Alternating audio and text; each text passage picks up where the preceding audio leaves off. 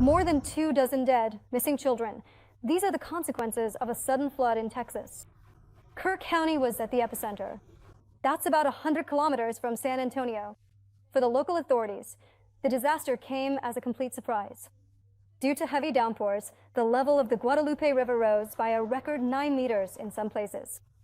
The water destroyed roads, swept away cars, including ambulances. More than 230 people were forced to evacuate, many with the help of helicopters. The Mystic camp was especially hard hit. At the time, there were more than 700 children there. 25 of them are considered missing. A state of emergency has already been declared in the state, and local authorities have appealed to the White House for assistance.